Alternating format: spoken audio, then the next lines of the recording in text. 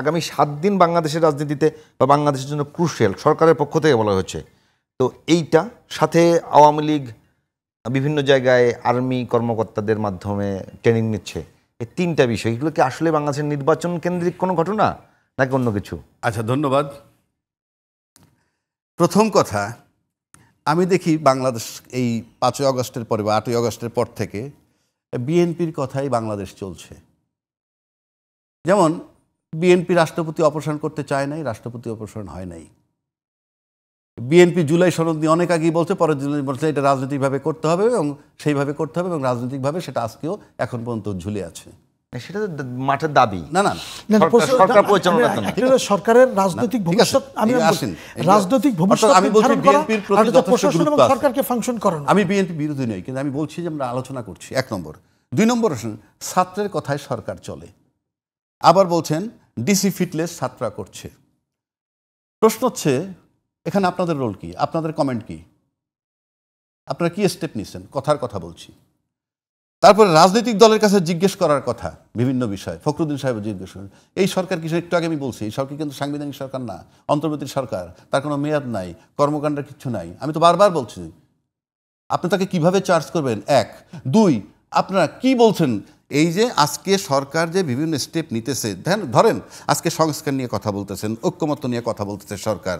আচ্ছা, আপনি আমারে বলেন তো, এমন কোনো প্রস্তাব বা এমন কোনো সংশোধনী কিংবা এমন কোনো সিদ্ধান্ত সরকার উপস্থাপন করছে আলী রিয়াজ সাহেব বা আর রাজনীতিবিদরা, যেটা রাষ্ট্রের বা রাষ্ট্রের জনগণের জন্য ক্ষতিকারক, এমন কোনো বিষয় আছে কি না এ পর্যন্ত? যদি থেকে থাকে সেটা আপনারা পাবলিক কিন্তু করেন নাই, করতে পারেন নাই। কারণ আপনি যে সংস্কারই হোক, রাষ্ট্র এবং রাষ্ট্রের জনগণের জন্য যদি ক্ষতিকারক না হয়, সেটা যদি আপনার কেউ না মানে বা বিরোধ করে, আমি সেটাকে অপরাধ মনে করতেছি। তাহলে বিরোধটা আপনাদের কোথায়? 30 35 40 জন লোক ডেইলি বসতেছেন, সেখানে বিরোধটা কোথায়? বিরোধটাকে আপনাদের দলকেন্দ্রিক বা দলের ক্ষমতা কুক্ষিগত করার নাকি রাষ্ট্রের আর দেশের জনগণের ক্ষতি হয় কিনা, এটা এ পর্যন্ত কোনো রাজনৈতিক দল কি মাঠে আনতে পারছে? মাঠে এনে বলতে পারছে যে এই সংস্কারটা হতে যাচ্ছে যেটা রাষ্ট্রের এবং দেশের ক্ষতি হবে? এটা আনেন, আমি জনগণ, আমি শুদ্ধ কালকে থেকে বলা শুরু করব। আর যে কথাগুলো আপনারা বললেন, ছাত্রের প্রতিনিধি, সব জায়গায় ছাত্র, আপনাদের আন্দোলনটা নাই কেন? কেন আপনি এখন বলতেছেন? তাহলে তো আপনি নির্বাচন যে করবেন, এই সরকার তো নির্বাচনে একটা ডেট মানে জায়গা দিছে, এপ্রিলে করবে, ফেব্রুয়ারি করে, আপনি তারপরেও আস্থা এই সরকার আপনাকে নির্বাচন দিল। আমি হলে তো এই সরকারের আন্ডারে এই নির্বাচনে যাই, তর্কের খাতিরে বলছি। তো আপনি খালি বললে তো হবে না। এই যে আপনি বললেন আমার কাছে কোনো ডকুমেন্টস নাই, আপনার কাছে কোনো ডকুমেন্ট বললেন, ভালো কথা, আমি একমত, মেনে নিলাম আপনার কথা, কিন্তু আপনাদের রোলটা কি?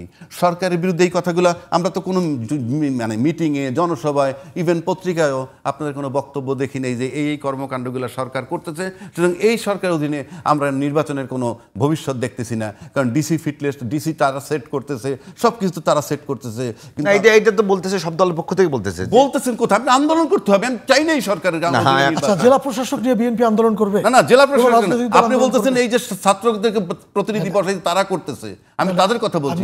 আপনি জেলা প্রশাসকের বিরুদ্ধে লেট মি ফিনিশ। আপনাকে ছাত্ররা রক্ত দিয়েছে, ছাত্ররা আন্দোলন করেছে, সরকার পরিচালনায় প্রফেসর মোহাম্মদ ইউনূস সাহেবের সরকারকে 4 জন উপদেষ্টাও তারা ছাত্রদের থেকে নিয়েছে। তারপরে বিভিন্ন সরকারের বিভিন্ন কাজে ছাত্র এবং ছাত্র সমন্বয়কদের প্রতিনিধি বসানো হয়েছে। এই বিষয়টা তো ডিসাইডেড, এটা অস্বীকার করা।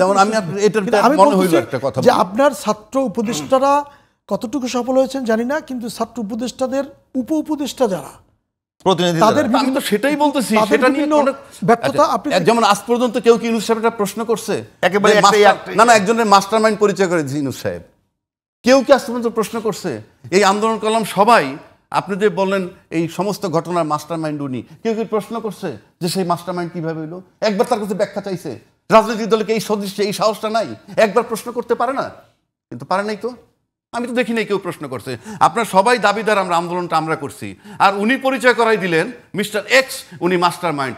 আপনাদেরকে এই সৎসাহসটা নাই একটা প্রশ্ন করার যে আমরা দলমত নির্বিশেষে সবাই আন্দোলন করলাম, কিন্তু আপনি তাকে মাস্টার মাইন্ড কীভাবে মানেন? বহু জাদরের সাংবাদিক গেছে তার ইন্টারভিউ নিতে, আজও মানে রাজা কি